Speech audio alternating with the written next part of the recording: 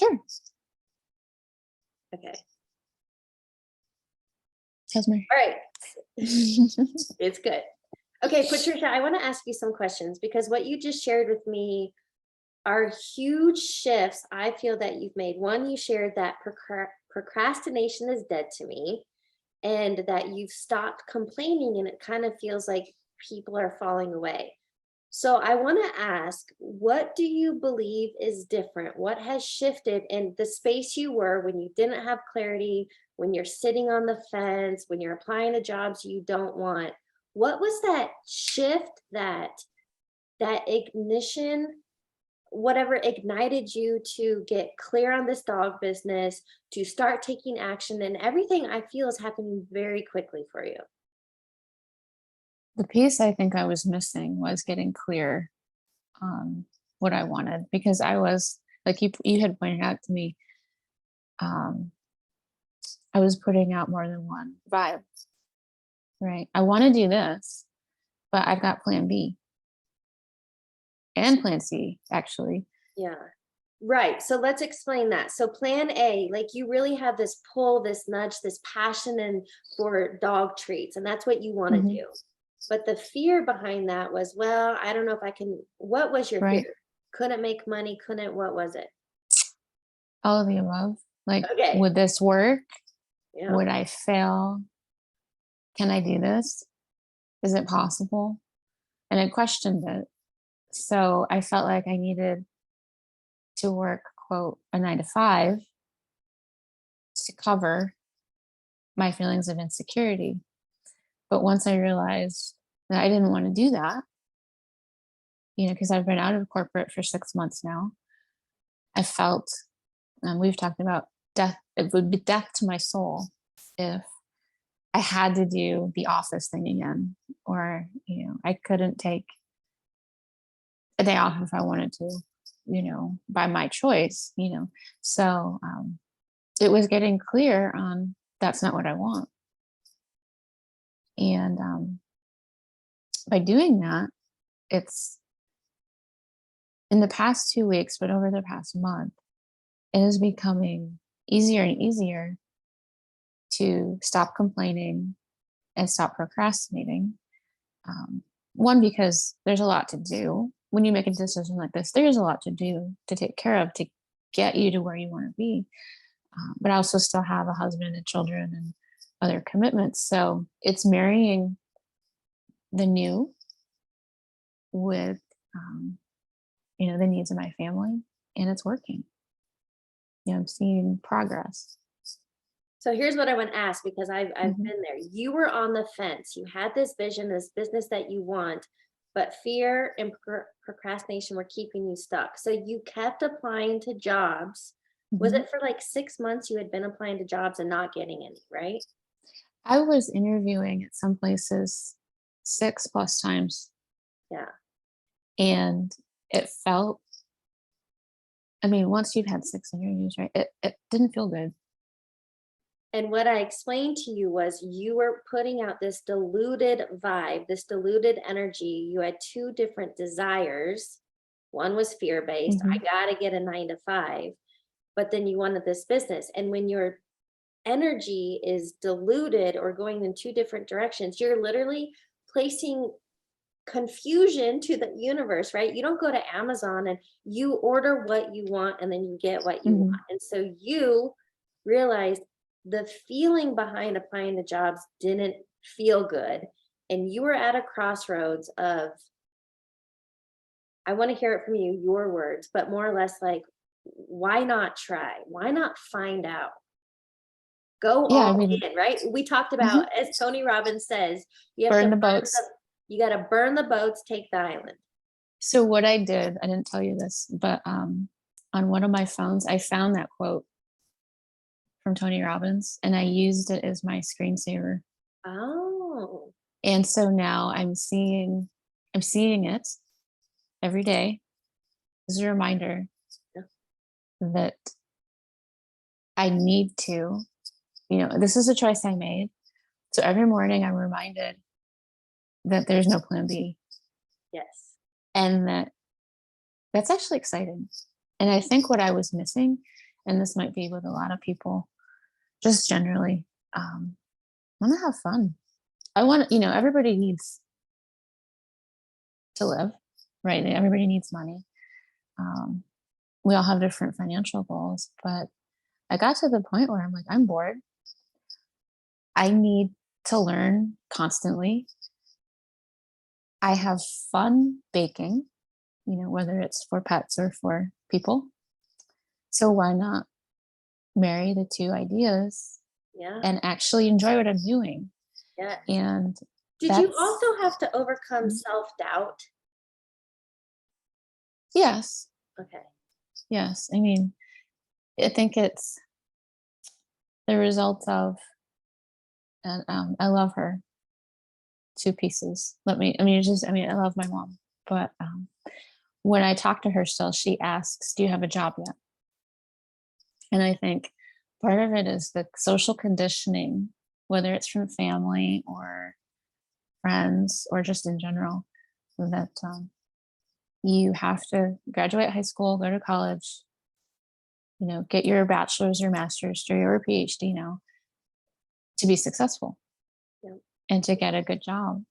And you don't, in my opinion, I don't think that's the only way to be happy. You can learn what you need to know to have a successful business and do your own thing or march to the beat of your own drummer and be successful. I don't think I have a master's degree, and it has only opened my eyes up, I think, to what was possible, you know, in the world and in any particular space because it's in food.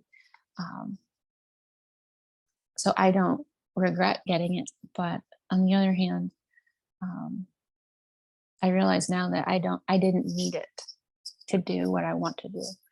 So it's two sides to the same coin. Well, But something you highlighted uh, there was our conditioning and programming. And even that was something I had to get over. I only make money through a job. right. But now here's what I want to ask you, because this has been only a few weeks. We're talking like in the last month or so. You decided, you committed, you created clarity. And can you just share quickly at a high level how much momentum and resources and how everything has just been coming your way? And like it's happening so quickly. Yeah, and part of me has to stop, and I'm doing morning meditation now, and it's helping keep feelings of I'm going too fast at bay, because you could get scared of, you know, Success. success, So that's helping. Um, the self-doubt has kind of trickled away with the more synchronicity I latch onto because I've found someone to help coach my mindset. I've found someone to help coach me to start a business. I have found a local kitchen here that can support me in my new venture, and they're pretty cool. I can't wait to meet them.